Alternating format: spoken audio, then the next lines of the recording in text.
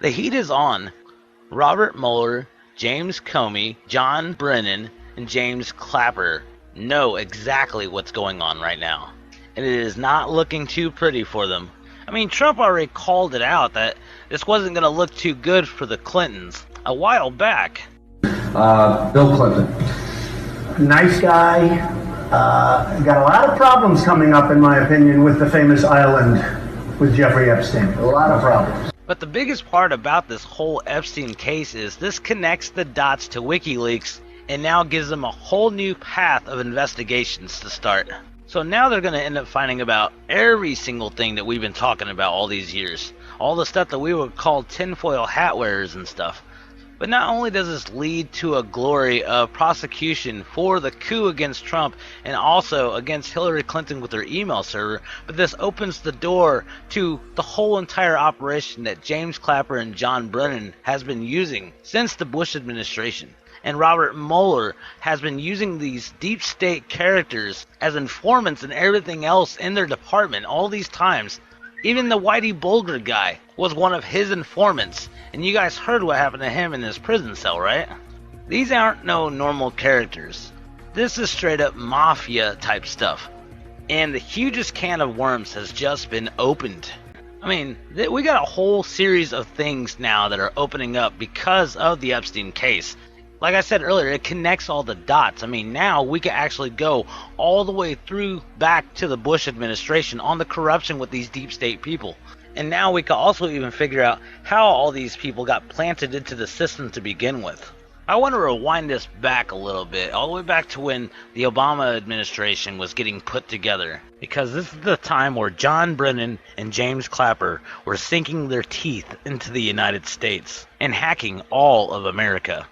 I'm going to play some snips out of this audio file, and I'll have the link to part 1 and 2 of this, because it's actually a pretty long conversation between Tim Blisek and Sheriff Arpaio and Mike Zulu discussing all what James Clapper and John Brennan were up to. And this goes through how they altered the birth certificates of Mitt Romney, Hillary Clinton, and Barack Obama, and how they blackmailed a FISA judge, and also grabbed a whole bunch more data like voter registrations out of Florida.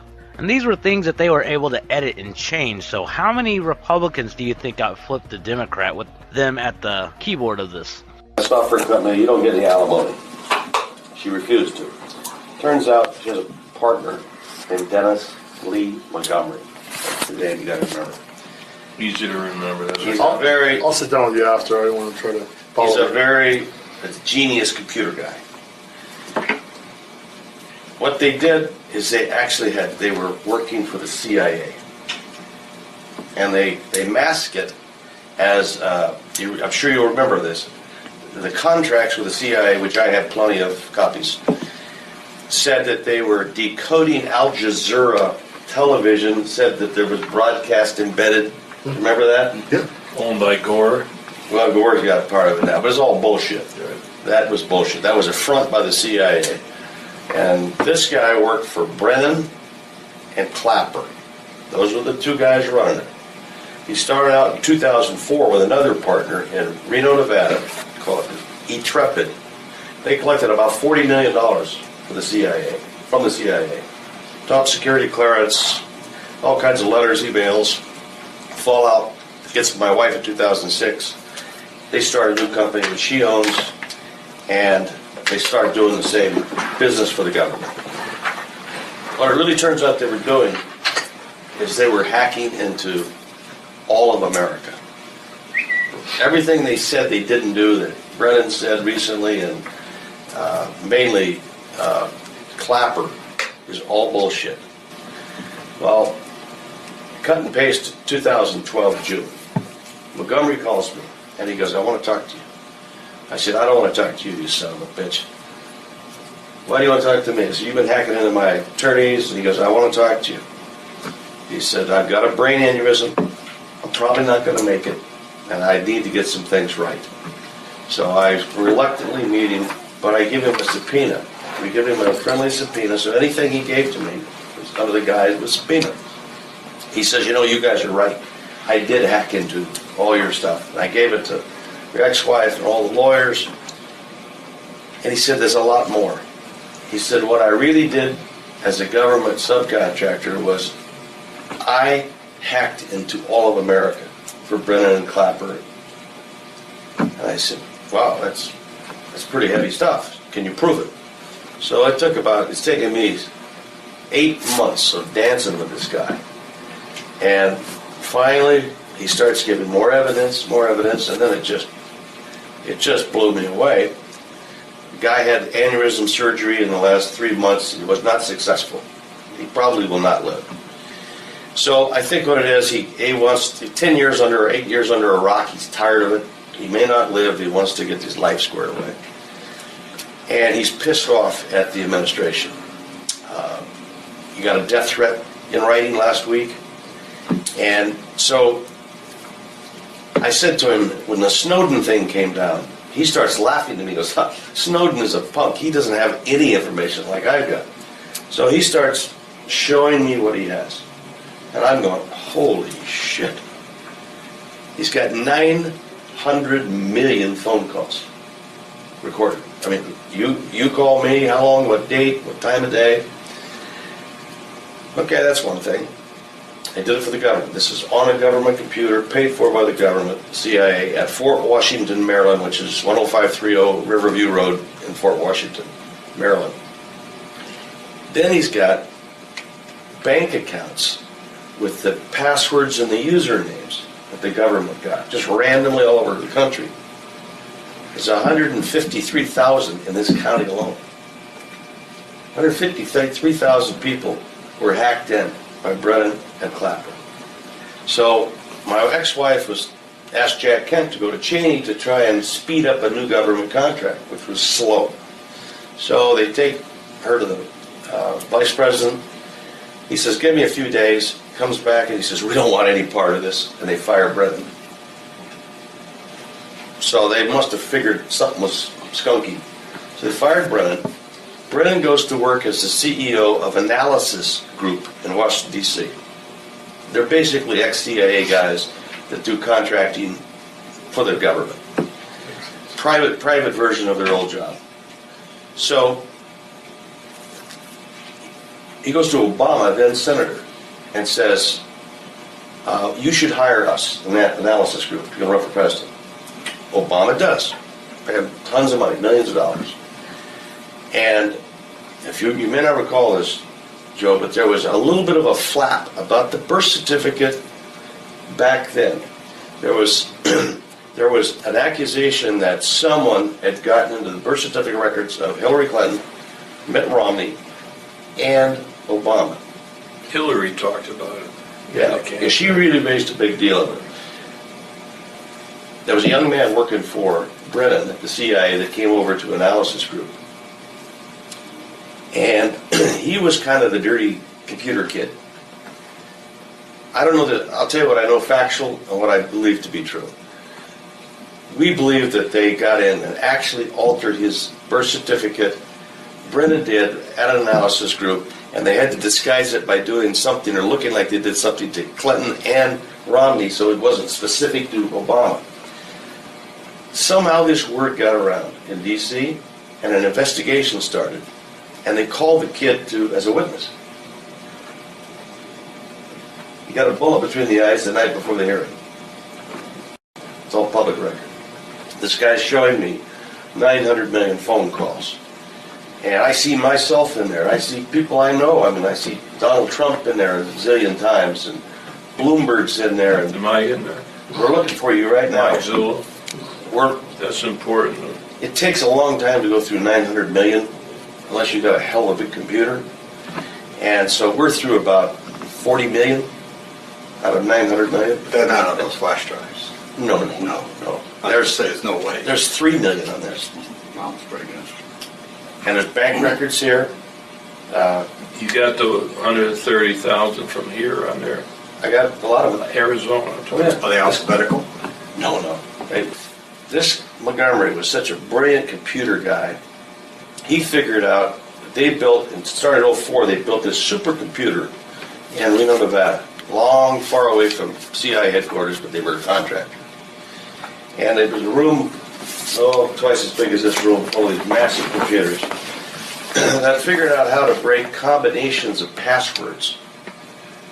And so the idea was, it was very well intended. Let's go find Al-Qaeda's websites. Let's see if we can crack their password and save America. That's all great. It worked really well.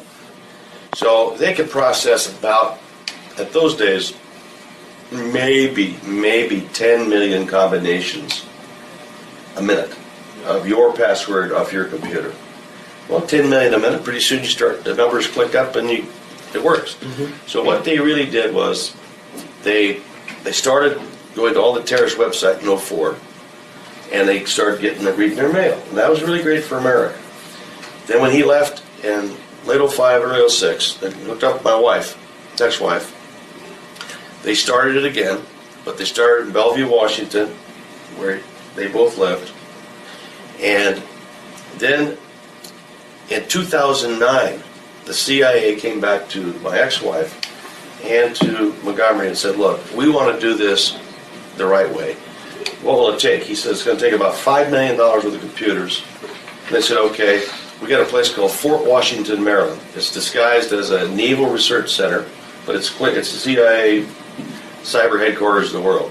So they said, you got to come back there and build it. You have to be there for a year. So Montgomery goes back there, and he builds what they call the Hammer. And that's what the government nicknamed the Hammer. And it's so goddamn powerful, it does 1 billion combinations a minute of passwords. The risk of getting caught by their detection system, that's pretty. Why don't you download every customer that Citibank has and all their financial information? That way we got it. Well, I got financial records from Phoenix, Arizona, with passwords and PIN numbers. That's more than phone calls, credit card numbers. And then they asked Montgomery, they said, look, we want you to go into the Florida voter registration computer. I want you to download it. Can you do that? I'll try. It goes in, gets all the voter registration. They say, I want you to burn it on some CDs. Give it to Clapper. Does it.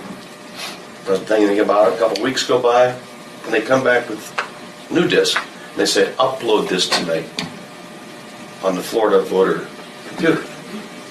So I kept thinking, what? They must be altering people's registration or something to help with the next election. But Carl Cameron figured it out because he went and checked. There was a big redistricting down in Florida that was advantaged Democrats. And he's going to report when the story breaks on Fox, because he's got the voter registration records now. Holder, he sent an actual letter to Obama and to his private fax number, and how the hell he got it, I don't know. This is the whole ballgame for Brennan and Clapper, and if you take Brennan and Clapper down, you're going to really knock the hell out of Obama. I mean, this thing is a lot bigger than just two top government guys, I think. You got voter registration records and all kinds of stuff. So this is what they're literally panicking about. It's way more than just the email story. It's way more than Epstein. It actually goes to the root of the deep state when they actually took over full operations and literally hacked America and used the information that they gained to blackmail everybody to do what they wanted done. What's up, everybody? Truth Seeker here. Pretty interesting timing there, isn't it? Just weeks after Brennan's visit, Christopher Steele worked with Fusion GPS to produce the infamous anti-Trump memo on behalf of the Clinton campaign. According to a report earlier this month, former Senate Minority Leader Harry Reid believed Brennan was using him in order to publicize pretend links between Trump campaign associates and the Russian government. The Russian papers reported on the visit at the time. The Moscow Times reported on the trip on March 28, 2016, and they stated, John Brennan, the director of the Central Intelligence Agency, made a secret visit to Moscow in March, according to Russian Deputy Foreign Minister Oleg Syromoletov. The visit, he said, had nothing to do with the Russians' decision 2 weeks ago to begin withdrawing from Syria. It's no secret that Brennan was here. Cyril Molotov was quoted by the Interfax news agency as saying Monday, but he didn't visit the foreign ministry. I know for sure that he met with the Federal Security Service, the successor agency to the Soviet KGB, and someone else. It wasn't clear why Brennan visited Moscow, but the trip appears to have coincided with President Vladimir Putin's surprise March 14th announcement that Russia's combat operation in Syria was ending and Moscow would soon withdraw a portion of its forces from the country after conducting 163 airstrikes. Today, John Brennan is one of the most vocal Trump critics. Interesting, right? I'm telling you, Operation Crossfire Hurricane is written all over this stuff. And it's amazing just how blind these prosecutors and everything could be. They're totally ignoring these facts that are just right there in front of everybody's faces. We got a breaking new update to add to the Trump-Russia Robert Mueller collusion witch hunt. This one's actually pretty devastating to the whole entire case. But the Russian escort, we'll say, has admitted she fabricated the Trump collusion claims as part of the deal with Special Counsel Robert Mueller's office so she could be released from jail. Oh my goodness, this is just getting too good, isn't it? Her name is Nastia Rebika. I hope I pronounced that right. She was granted a suspended sentence this week after she agreed to submit false claims about the Trump-Russia collusion to the FBI. So the Mueller special counsel broke her out of jail, basically. According to reports from Asia, says the Russian escort, going by the name Nastia Rebika, or Little Fish, has received a suspended sentence and released for time served 9 months in Thailand, where her group was arrested for conspiracy to provide sexual services to a group. She and her sex trainer partner will be deported to Russia. The pair admitted to hosting a sex training class in Thailand. Rebecca apparently suggested that she could provide the FBI data on Trump-Russian collusion. She played the deep state big. The pair gained notoriety recently when they successfully entrapped Russian oligarch Oleg Deripaska and Russian Deputy Prime Minister Sergei Khodko with alleged evidence of corruption while on board Deripaska's yacht off the Norwegian coast. Rebecca advertises herself as an oligarch pickup artist and was trained by Leslie for a year before attempting the sting. In a desperate attempt at freedom, Rebecca offered Russian collusion information on Donald Trump to the FBI in exchange for help getting out of prison. Russian news outlet RIA Novosti reported both will be tried and deported along with a possible $3,000 fine. Rebecca was arrested in Russia when she returned to Moscow. On Friday, Rebecca apologized to the court and to the Russian tycoon Oleg Deripaska for making up a story to tell Robert Mueller and the FBI. It was all a lie to get out of jail.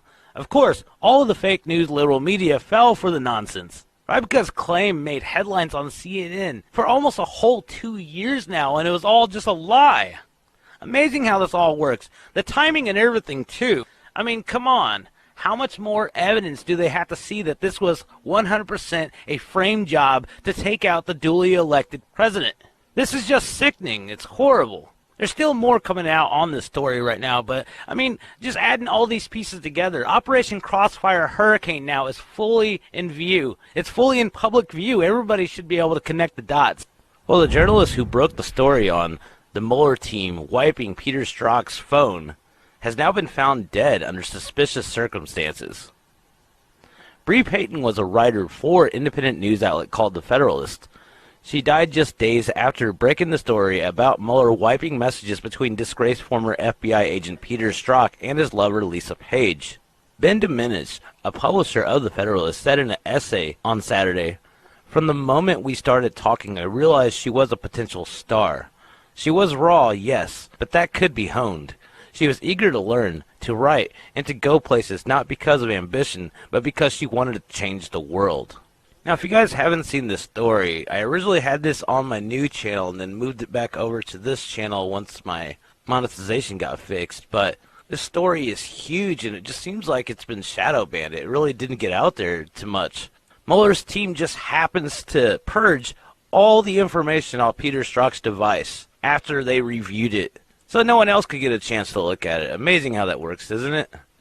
It should be obstruction of justice.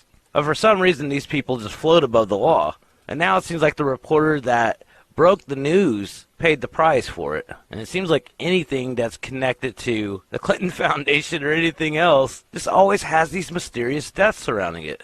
She seemed unafraid to take on things that mattered, including breaking the hard-hitting piece, the DOJ destroying Peter Strzok's text messages before the IG could review them, on December 13th, where unlike the mainstream media who later focused on the idea that there was no evidence that these text messages were deliberately destroyed, Payton leaned towards the conclusion that there was criminal intent in these deletions, a notion supported by Donald Trump, many others, including I. And then all of a sudden she suddenly died on Friday in San Diego when she was 26.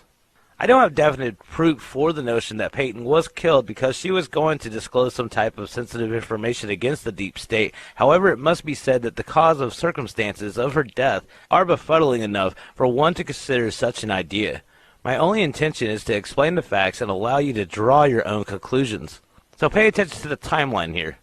Wednesday, December 26, Bree Payton, who lives in Washington, was in San Diego to be a guest host on a show on One American News Network.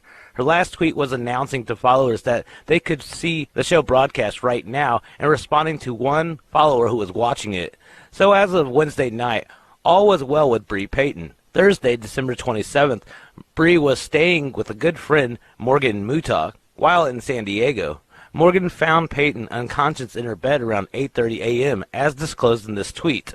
Friday, December 28th, by Friday morning, Bree had passed away. This webpage for Bree on Caring Bridge website, which appears to be a site that gives updated information on people who are in the hospital, seems to be where Bree's death was first announced.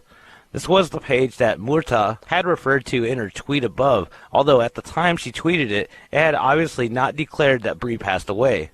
There is no way of checking what it had said at the time, because unlike Twitter, this website only shows the latest update. Currently it reads as follows. Around 8:30 on December 27th, Bree's friend went into her room and found her unresponsive and barely breathing. She immediately called 911, and Bree was taken to the hospital where she was admitted to the ICU, sedated and intubated, and doctors began working up a diagnosis. After a CT scan and hours of testing, they have determined she had the H1N1 flu and meningitis. George stayed at the hospital with her in San Diego for a long time, but her condition worsened and worsened. She fought her illness with strength but passed on December 28, 2018. She will be survived by her 4 siblings and parents. She fought strong and lived a life worth noting in the books. We are so incredibly honored to have known this wonderful human being. I mean, something just doesn't seem right about this. Trying to put some pieces together here, Morgan Mutah never mentioned noticing anything wrong with Bree on Wednesday night, so we are left to assume that a healthy, vibrant 26-year-old girl became fully incapacitated during a night's sleep without showing any prior symptoms, and then was dead 24 hours later, with doctors saying that she had the swine flu, H1N1, and meningitis. Surprisingly, a New York Times obituary for Bree Payton said that Mrs. Payton had the H1N1 flu, also known as swine flu, and encephalitis, according to her family. So is it encephalitis or meningitis? And what is the actual cause of her death? One of these ailments or the H1N1 flu? I have not found an answer to this yet. While the cause of her death does not seem to have been determined, several mainstream media outlets are taking the opportunity to use this to subtly warn people that they should remember to take their flu vaccines, which includes an H1N1 component. The way mainstream media writes about this story is to ask how she died, mention and go into depth about the diagnosis and the history of the H1N1 virus, talk a little about her life, and then leave the initial question unanswered. They sway the typical mainstream reader to believe she died of the H1N1 virus without really saying it. Some hypothesize that Bree Payton might have actually taken the flu shot and that led to her illness, but this tweet from a few years back makes it highly unlikely that she would consent to any vaccines. I don't know enough to say that it's impossible that Bree Payton died so suddenly from a virus she had contracted naturally without any prior symptoms, but it just doesn't feel right. You would expect that she would have some pretty significant symptoms in the days prior. Add that to the fact that we have covered many stories of people who have died mysterious deaths, who all happen to be courageous, outspoken people who are willing to challenge the establishment and might have had some information that was damning to the deep state, and were willing to reveal it, as she showed in the Breaking Mueller story. You should be able to begin to understand the suspicions here. Now this right here was the story that she was trying to get out. Robert Mueller actually authorizing the scrubbing of vital evidence from disgraced FBI agent Peter Strzok's iPhone. A new Inspector General report is now revealing. I mean, this just keeps getting deeper and deeper, doesn't it? After Mueller's special counsel office reviewed Peter Strzok's text messages, all the evidence was completely just deleted after that. They purged everything. The Mueller team is specifically responsible for the scrubbing of Strzok's phone, while the explanation for Page's phone is a bit more muddied. More and more details are pouring out about the underhanded conspiracy to damage and impeach President Donald Trump by Obama operative John Brennan, James Comey, Andrew McCabe, Sally Yates, and a few others. The effort even has a special codename, Operation Crossfire Hurricane. Now, I spoke about Operation Crossfire Hurricane, I think it was about a month or two ago, and this was all about the deep state's coup that was 100% plotted as a Plan B effort if Hillary lost the election. I mean, they literally already started work on this before Trump was even the president. It was a Plan B that they had set, and we seen it in operation. And boy, was it obvious to any average American, or hell, anyone in the world that was watching this. But they used Peter Strzok as their go-to guy, which is why their operation is now falling apart. Strzok's massive illegal activities and incompetence could open up the entire Crossfire Hurricane team to numerous federal charges. Both John Brennan and James Comey used Peter Strzok to damage President Donald Trump. Strzok is the disgraced FBI agent and fired Robert Mueller team member whose text messages with mistress Lisa Page formed the biggest scandal in FBI history. The lovers conspired to illegally bring down Trump, all while the FBI was spying on the Trump campaign. Strzok interviewed Hillary Clinton without putting her under oath and granted immunity to Cheryl Mills and Clinton's other associates right before he flew to London to meet with Christopher Steele to work on the anti-Trump dossier, which was sponsored by the Clinton-funded firm Fusion GPS. That dossier was used to fraudulently obtain FISA warrants to surveil Trump Tower. Barack Obama reads bits of the dossier in his daily presidential briefings, courtesy of Brennan. Fusion GPS, meanwhile, sent operatives into Trump Tower to entrap Don Jr. and Jared Kushner in a meeting with Planet Russians. When it was time for the conspirators to focus on the Trump campaign advisor, George Papadopoulos, Strzok was there to run information about the advisor to the Australians. When it was time to take out Trump's national security advisor, General Michael Flynn, Strzok was there to stage an ambush interrogation of Flynn without Flynn's lawyer present. So let's walk through Strzok's amazing Zelig-like role in every facet of Operation Crossfire Hurricane.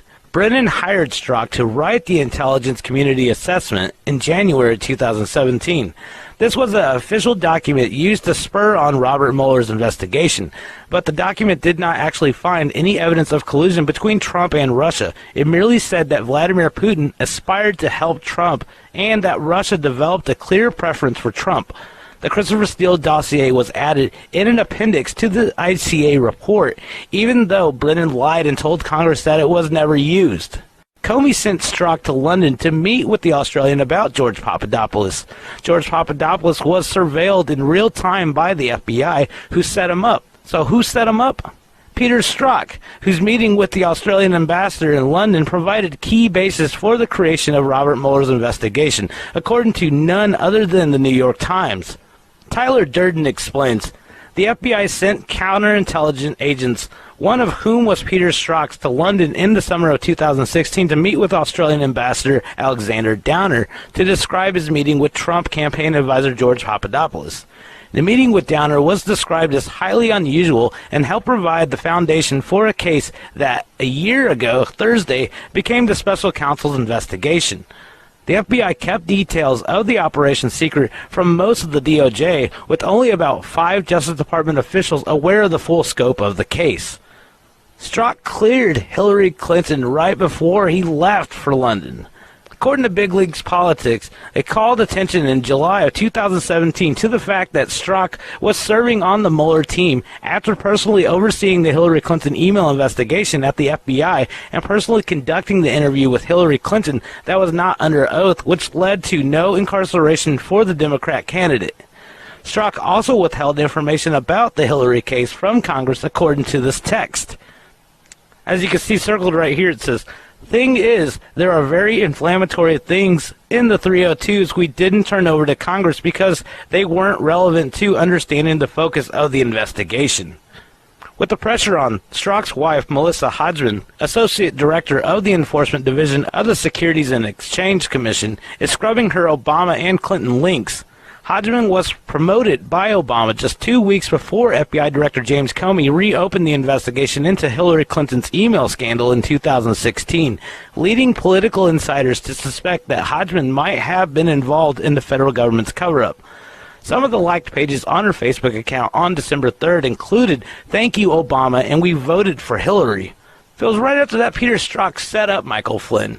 On January 24, 2017, Peter Strzok interviewed General Michael Flynn inside the White House alongside another agent. Flynn's lawyer was not present. Flynn apparently did not tell the White House about his meeting. Guess who did? Sally Yates, the anti-Trump Deputy Attorney General, whose underlining told the FBI to shut down the Clinton Foundation case. Yates informed the White House on January 26 that Flynn met with the FBI. That was the beginning of the end for the original Trump White House. Strzok was close personal friends with the Foreign Intelligence Judge Rudolph Contreras, who accepted General Flynn's guilty plea. Contreras recused himself after he already accepted Flynn's guilty plea. How does that work? Strzok and Page detailed their plan to meet the Contreras in a July 25, 2016 series of texts. It reads right here, Page said, "Rudy is on the Foreign Intelligence Surveillance Court. Did you know that? Just appointed 2 months ago." Strzok replied, "I did. I need to get together with him." Page replied back, said he gotten on a month or two ago at a graduation party we were both at. Isn't that amazing? I mean, it's just right there in black and white. Strzok and Page's text revealed their anti-Trump plot right off the bat. It was well known that Strzok and Page discussed their anti-Trump conspiracy many thousands of times over text messages that have been mostly released. The lovers' repeated references to the CF refer to Crossfire hurricane. Clapper tried to use the Supreme Court to block Trump's inauguration. In January, as Brennan was having Strzok write the fraudulent ICA report, Brennan's partner in crime, Obama, Director of National Intelligence James Clapper, was cooking up his own side plot to stop the Trump inauguration from happening. Clapper held a meeting in his office in January 2017 to discuss using a female Supreme Court justice to block Trump from becoming president due to the Russia conspiracy. A high-level member of the Intelligence Committee who witnessed this meeting said that Clapper discussed going to one of 3 female Supreme Court justices to make the case that alleged Russia interference could invalidate Trump's claim to the presidency. Another text the witness sent to BLP's source around the same time described how Deep State was making General Michael Flynn a rising target for his alleged involvement with Russians and stating that the House Speaker Paul Ryan is a wild card in the Deep State wars. I mean, this is too obvious to everybody. Brennan plotted for years to get Trump, starting with a fly-by-night operation in Reno. A whistleblower case currently in federal court in Washington, D.C. stands to bring out incredible allegations of John Brennan and James Clapper's move against Trump, Supreme Court Chief Justice John Roberts, and the former presiding judge of the FISA court, Reggie Walton. Real estate mogul Timothy Blyseth admitted that he saw records from CIA and NSA whistleblowers Dennis Montgomery proving that Clapper and Obama, CIA Director John Brennan, oversaw repeated spying on the phone calls of President Donald Trump and millions of other private American citizens, including Supreme Court Justice John Roberts and FISA Court Judge Reggie Walton. Fired former FBI Director James Comey received evidence from whistleblower's lawyer but sat on it. In an audio-taped interview conducted before Trump ever ran for president, Blyseth spoke to a former Maricopa County Sheriff Joe Arpaio and Detective Mike Zulu. The audio was released in connection with the civil contempt case that the Department of Justice filed against Arpaio. Software company, you don't get the alimony. She refused to. Turns out she has a partner named Dennis Lee Montgomery. That's the name you got to remember. Easy to remember. He's a very... I'll sit down with you after. I want to try to follow. He's a very genius computer guy. What they did is they were working for the CIA. And they mask it as, I'm sure you'll remember this, the contracts with the CIA, which I had plenty of copies, said that they were decoding Al Jazeera television, said that there was broadcast embedded. Remember that? Yeah. Owned by Gore. Well, Gore's got part of it now, but it's all bullshit. That was bullshit. That was a front by the CIA. And this guy worked for Brennan and Clapper. Those were the two guys running it. He started out in 2004 with another partner in Reno, Nevada, called Intrepid. They collected about $40 million for the CIA, from the CIA. Top security clearance, all kinds of letters, emails, fallout. Gets to my wife in 2006. They started a new company that she owns, and they started doing the same business for the government. What it really turns out they were doing is they were hacking into all of America. Everything they said they didn't do that Brennan said recently, and mainly Clapper, is all bullshit. And I've got it right here. And every time we took his deposition, the head of the civil division, Carlotta Wells, of the Department of Justice would show up as CIA agents. Just show up. Every court appearance. CIA agents. Head of the civil division.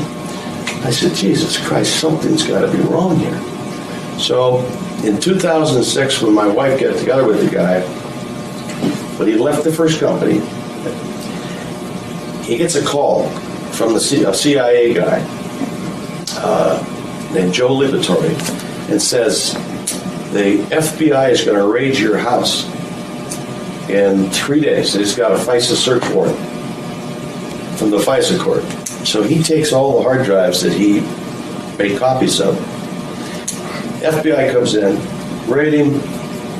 Mike Flynn, lawyer, was here with me, was representing the guy at the time. They go to court, federal judge says, this is bullshit, throws it out, says, there's obviously something here that we don't know about. He says, you guys are right. I did hack into all your stuff. And I gave it to your ex-wife and all the lawyers. And he said, there's a lot more. He said, what I really did as a government subcontractor was I hacked into all of America for Brennan and Clapper. And I said, wow, that's pretty heavy stuff. Can you prove it? So it's taken me 8 months of dancing with this guy. And finally, he starts giving more evidence, and then it just blew me away. The guy had aneurysm surgery in the last 3 months. It was not successful. He probably will not live. So I think what it is, he wants to 10 years under or 8 years under a rock. He's tired of it. He may not live. He wants to get his life squared away. And he's pissed off at the administration. He got a death threat in writing last week. And so I said to him, when the Snowden thing came down, he starts laughing to me. He goes, Snowden is a punk. He doesn't have any information like I've got. So he starts showing me what he has. And I'm going, holy shit.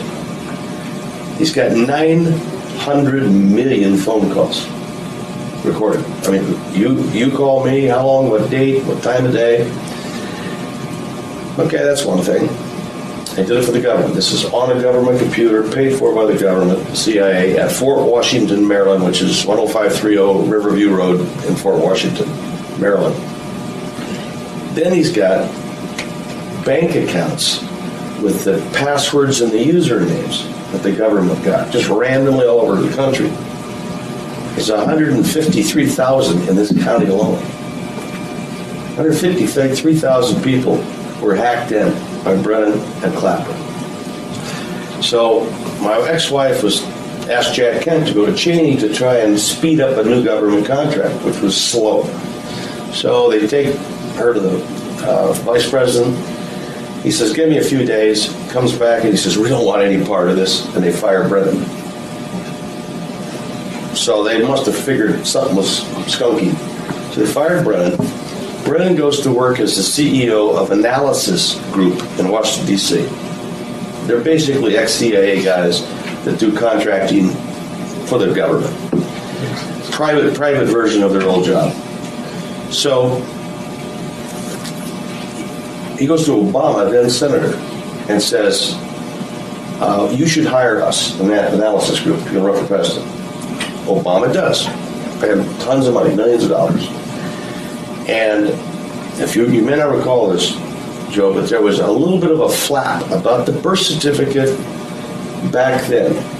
There was an accusation that someone had gotten into the birth certificate records of Hillary Clinton, Mitt Romney, and Obama. Hillary talked about it. Yeah, okay. She really raised a big deal of it. There was a young man working for Brennan at the CIA that came over to analysis group. And he was kind of the dirty computer kid. I don't know that, I'll tell you what I know factual and what I believe to be true. We believe that they got in and actually altered his birth certificate. Brennan did at an analysis group, and they had to disguise it by doing something or looking like they did something to Clinton and Romney, so it wasn't specific to Obama. Somehow this word got around in D.C., and an investigation started, and they called the kid as a witness. He got a bullet between the eyes the night before the hearing. It's all public record. So he's dead. He can't testify. Now, if you want to hear the whole entire audio, it's like 19 minutes long. I got the link to this article in the description below. You can just go there and you can actually play the whole entire thing. But this is stuff that the mainstream keeps trying to cover up. And it's pretty shameful that they actually call themselves news networks. Big League Politics called the listed number for E-Trepid Technology, but we're told that Montgomery no longer works there. That company closed down years ago, sir, a representative said of E-Trepid Technologies. When asked what the company is called now, the representative said, "I'm sorry, I can't discuss any more with you." Lyseth claimed in his conversation with Zulu and Arpaio that Brennan and Clapper were running the operation. Everything they said they didn't do, that Brennan said recently, mainly Clapper, it's all BS, and I've got it right here. On the explosive tapes, Lyseth walks Arpaio and Zulu through the details of the program on a computer screen. At one point, the three begin pulling up specific names of targeted individuals. You know who that guy is? That's the head of the FISA court they hacked into, Reggie Walton, Lyseth tells the investigators. John Roberts, the Chief Justice of the Supreme Court, was hacked. Lyseth tells Arpaio and Zulu. Insiders have always been skeptical of Roberts' motives for siding with President Obama on Obamacare. I mean, literally, the deep state is right there in plain sight. Everybody in the world can see it. A caveman can recognize it. We all see the coup attempt that's actually happening, and we knew who plotted this. Like, the same people that bark the loudest are usually the most guiltiest, and look at all the ones that used to blast on Twitter. John Brennan was one of them. James Comey was one of them. But this 100% was Plan B if Hillary lost the election of what they were supposed to do. And they was already working on it before Donald Trump even became the president. And this was all done under Obama's watch. Obama knew every single bit of detail of what was going on, and he authorized this. But all of the deep state's days are numbered. So we got a lot of sealed indictments that haven't even been revealed yet that's going to actually drag in a lot of these characters because there's so much evidence on these people it's not even funny. Well, they sit there and pretend on CNN and everything else that they're not the bad guys and Trump's the bad guy.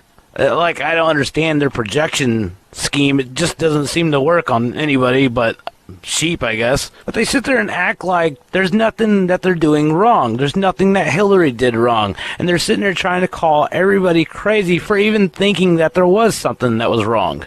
And this is going off the expression of if you tell a lie enough, people will start believing it. And it seems like the only people that believe it are their own kind. Because everybody else that actually has a brain is red-pilled on this. They can see right through all this smokescreen. And the evidence is stacking up high on these characters. So we are going to see some action. It is coming up. And boy, is it going to be a doozy. But what do you guys think about all this? Definitely leave your thoughts in the comments below. Thank you for watching. And I'll see you guys in the next video. Peace.